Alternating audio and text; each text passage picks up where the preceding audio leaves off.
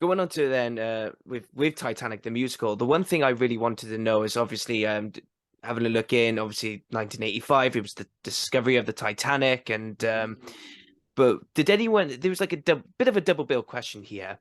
When you set out to write Titanic the musical, did anyone question you on how a dis like a disastrous event like this be put on the stage? Did Great anyone? question. Yeah. Yes, not only that, it was they thought it was crazy. Yeah, I mean Michael Riedel, who is a theater critic for the New York Post, when he heard about it, he said, "Oh, now somebody's thinking about Titanic the musical. Watch him sing, watch him dance, watch him drown." Oh, That was the headline. Now, everybody thought I was crazy. I mm, knew that. Everybody thought I was crazy when I was going to transform an indecipherable Italian surrealistic movie into a Broadway show, a crazy Fellini movie. mm, And they thought I was mad. So I truly believe that bad ideas make great musicals. And I did, oh, gee, that'll make a great musical. It was a great movie. Don't. mm, Because I think that one of the things that makes a great work of art or a great musical is its unlikelihood as an idea. And people come into the audience and say, "You're going to write a show based on the worst maritime disaster in history?" mm. And so they walk into the theater and say, "Show me."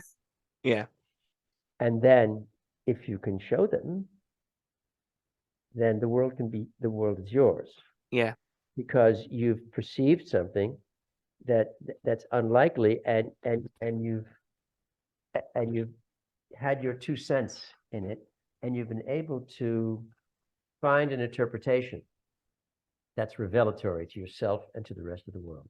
yeah. And so, insofar as I was concerned, it was getting to be the 80s, the 1980s. And I said, you know what? In a few years, it's going to be the millennium. It's going to be 1,000 years have gone.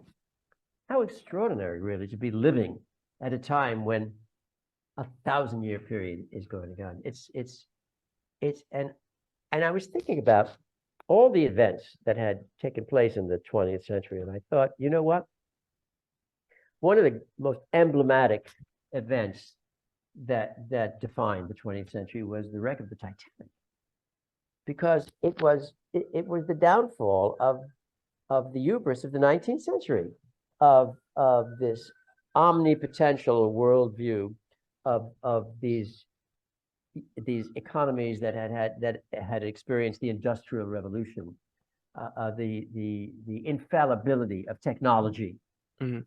And I thought, well, that's an interesting story.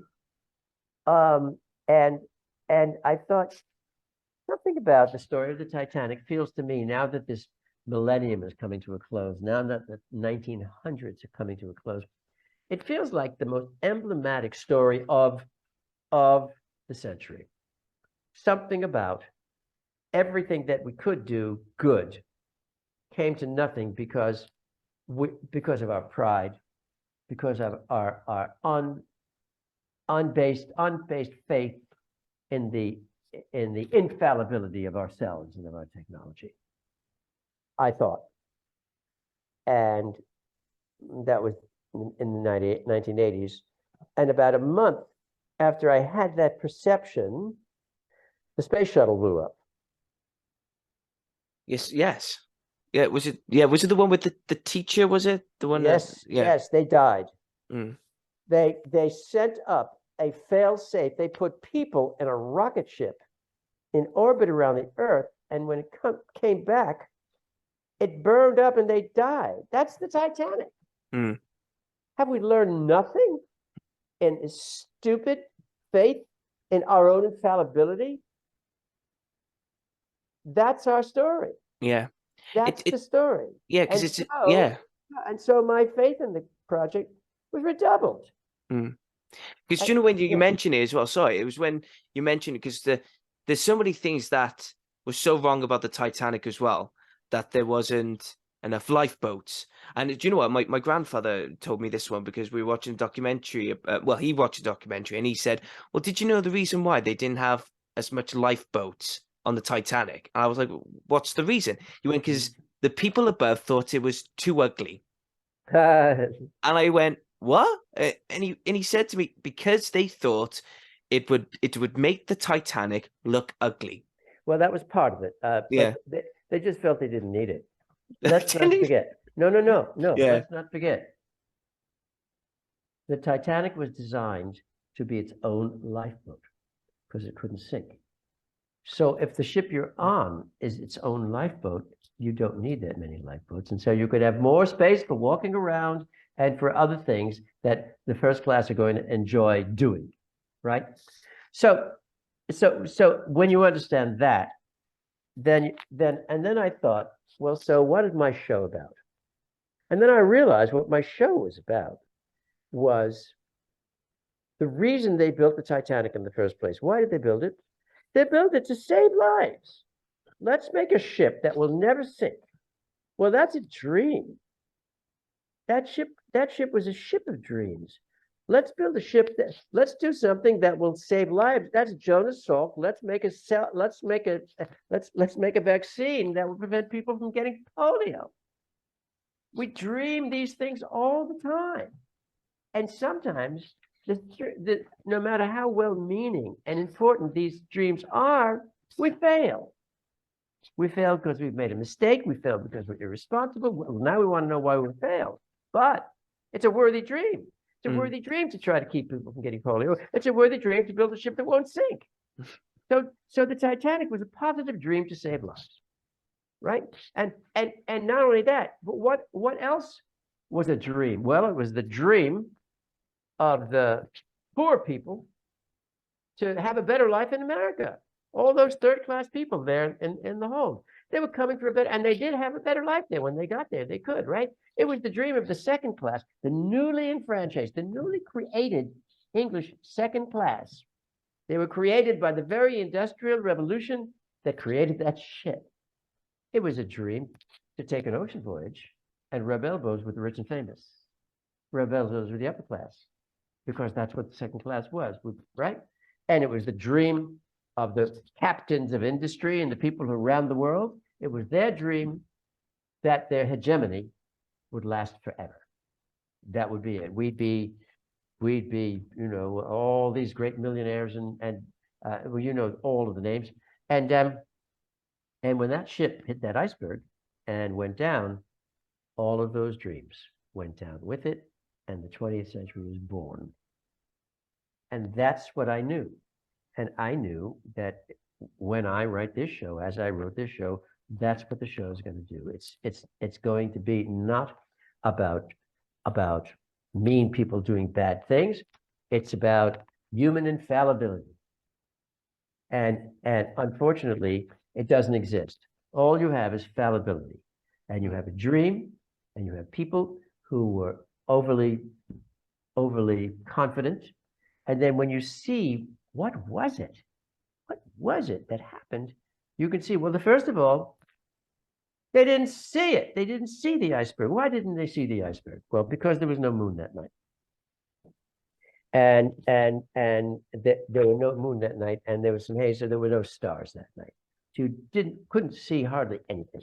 And most important, there was no wind that night. Well, what does that mean? Well, when you're the lookout on a ship and you're looking to see if there's an iceberg around, one of the things you see, if there's wind, the wind is going to blow the water up against the edge of the iceberg, and it's going to be white froth. But there was no wind, no froth. Iceberg was invisible. And who would know about that? The lookout.